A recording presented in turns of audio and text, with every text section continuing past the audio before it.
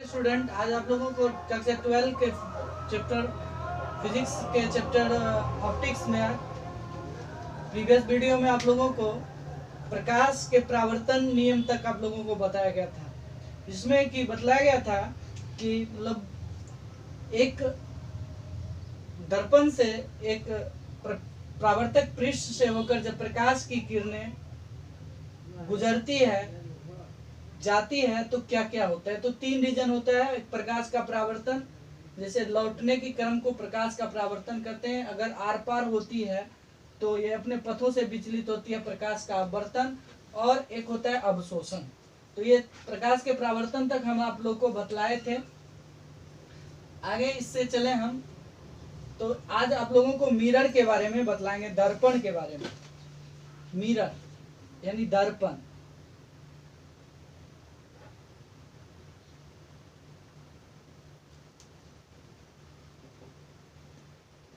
Mirror क्या होता है ये आप लोगों को आज बतलाया जाएगा।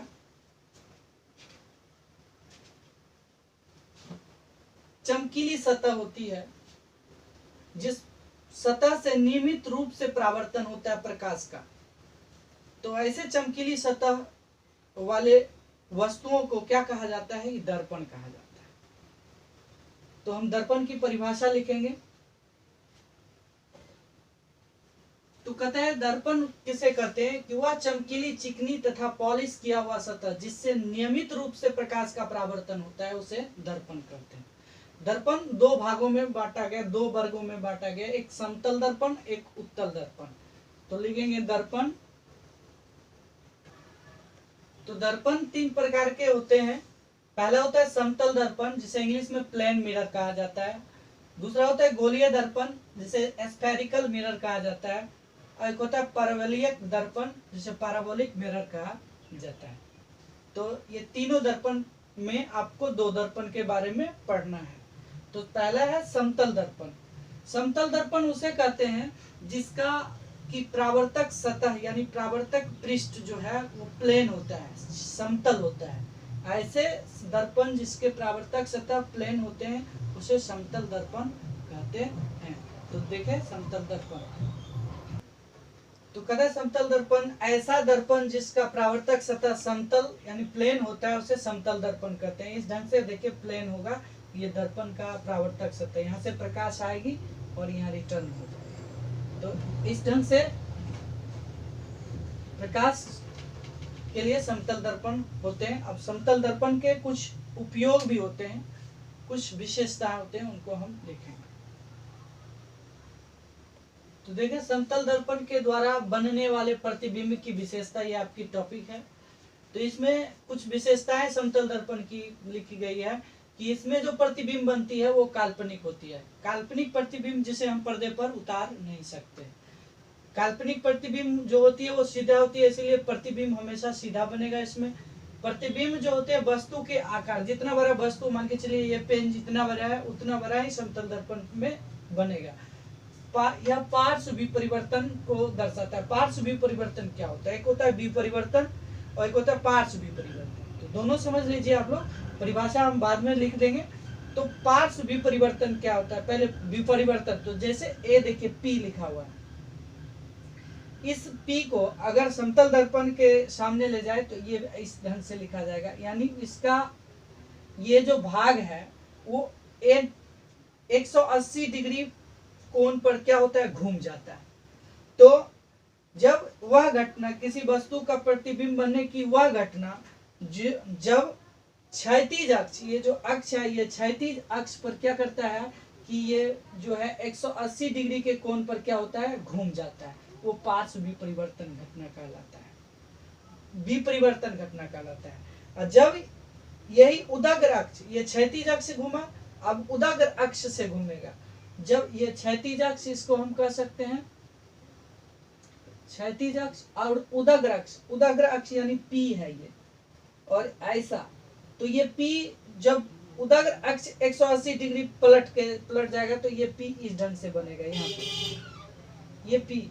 तो ये पार्श्व विपरिवर्तन हुआ। ये क्षैतिज अक्ष और नहीं उदग्र अक्ष, उदग्र अक्ष के परितः जब 180 डिग्री कोण पर क्या होता है मूव हो जाता है, घूम जाता है प्रतिबिंब, तो वो क्या होता है, पार्श्व विपरिवर्तन कहलाता है। तो पार्श्व विपरिवर्तन, आपसे अगर कोई पूछे पार्श्व विपरिवर्तन से आप क्या समझते हैं, तो लिख सकते हैं कि प्रतिबिंब बनने की वह घटना जिसमें उदग्र अक्ष, वर्टिकल जो लाइन है उसके 180 डिग्री घूमकर प्रतिबिंब बनता है किसी वस्तु का, तो वह घटना क्या कहलाता है, पार्श्व विपरिवर्तन कहलाता है। तो इस ढंग से हम पार्श्व विपरिवर्तन को समझें।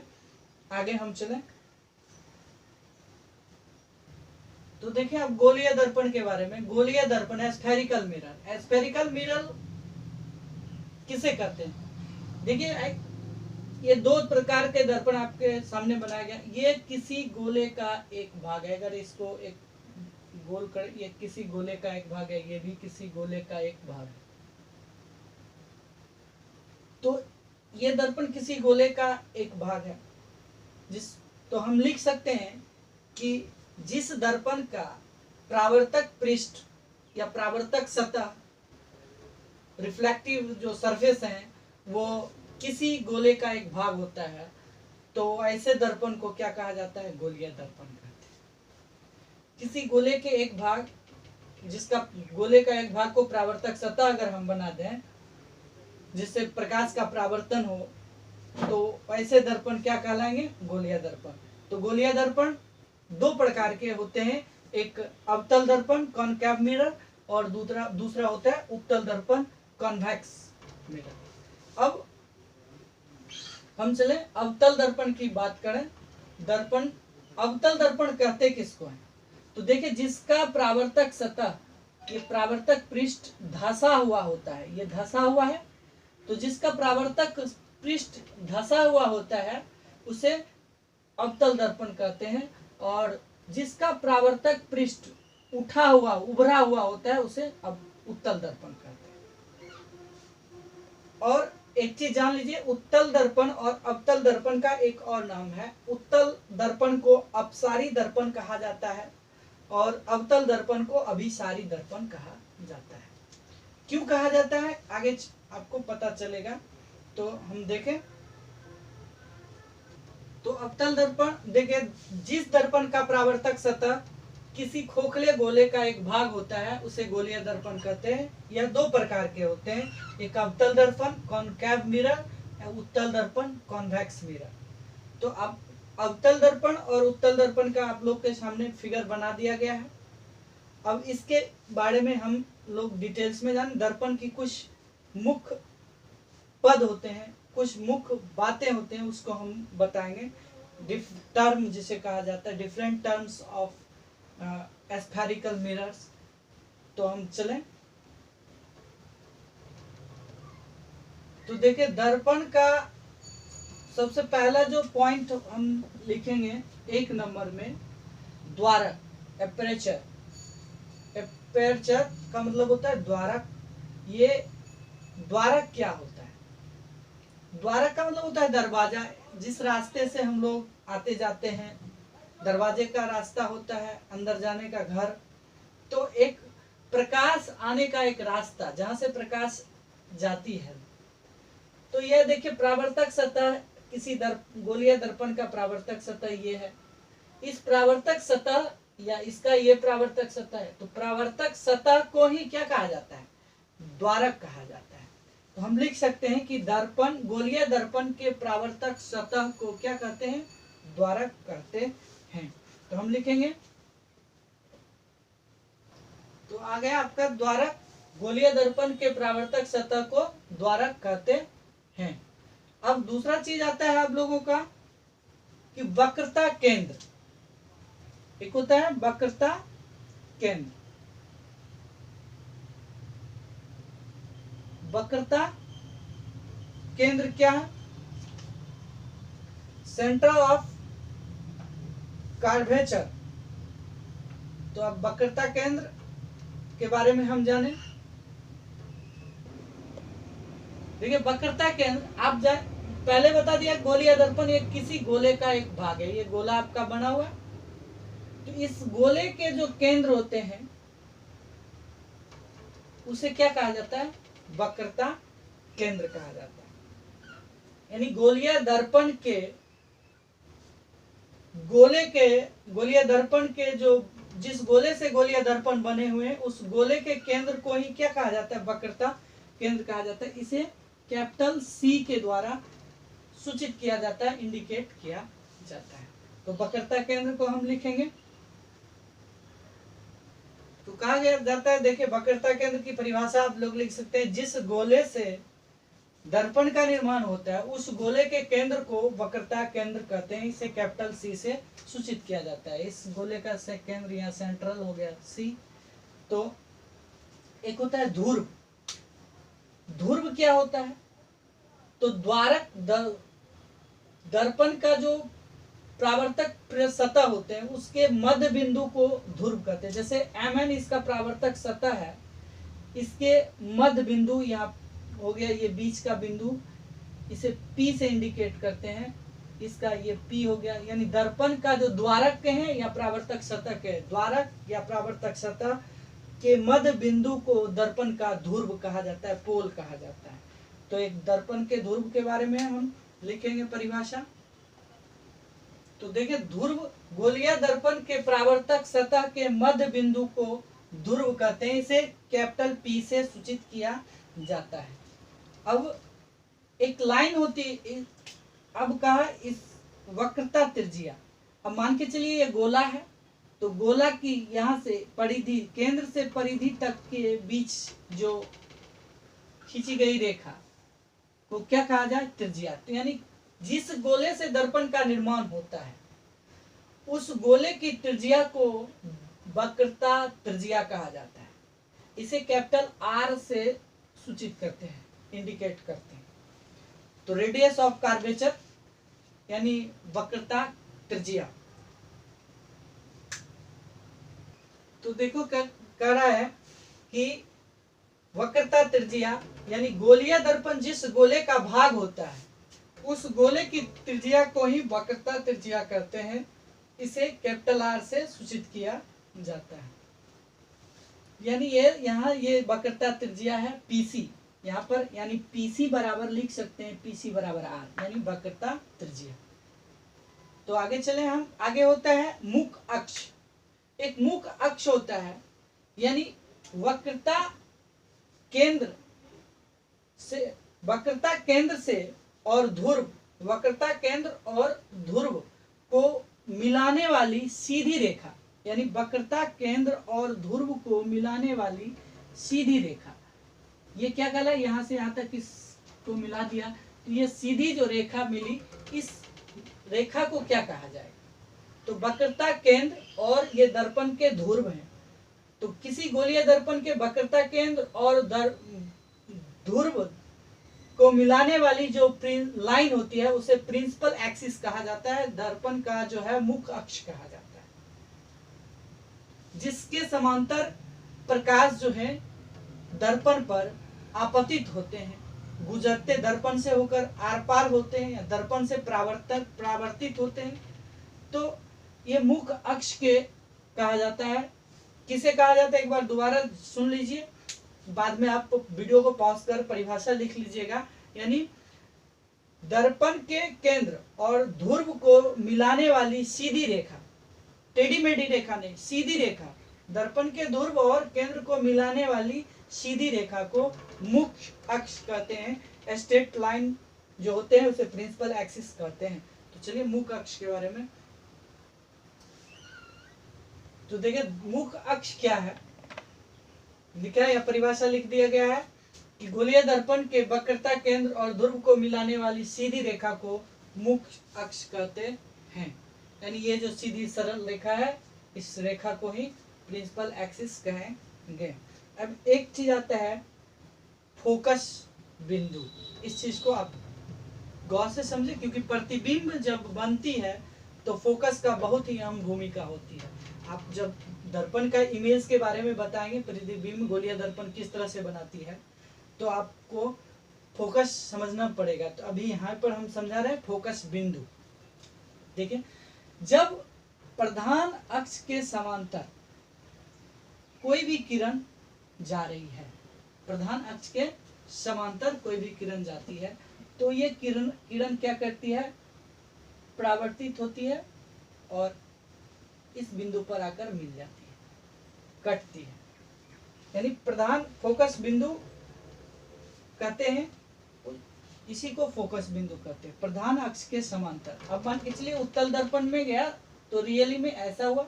अब देखिए यहाँ से आने वाली प्रकाश की किरणें, यहीं से हम बता रहे हैं, यहाँ से आने वाली प्रकाश की किरणें, यानी यहाँ से जाने वाली प्रकाश की किरणें सभी एक दिशाओं में, अनेक दिशाओं से आकर यहाँ पर आकर मिली। इसी गुण के कारण इस दर्पण को अभिसारी दर्पण कहा जाता है। यानी अभिसारी का मतलब होता है अनेक बिंदुओं से आने वाली प्रकाश की किरण जब एक बिंदुओं पर आकर मिल जाती है तो ऐसे किरणों को अभिसारी प्रकाश किरण का पुंज कहते हैं। तो अवतल दर्पण में ये गुण पाया जाता है कि अनेक बिंदु से जब प्रकाश की किरणें दर्पण पर पड़ती है तो एक ही बिंदु पर क्या करती है, वो फोकसित कर देती है। तो इस गुण के कारण ही अवतल दर्पण को क्या कहा जाता है, अभिसारी दर्पण। आपको क्वेश्चन अराइज करेगा, हो रहा है कि अवतल दर्पण को अभिसारी दर्पण क्यों कहा जाता है।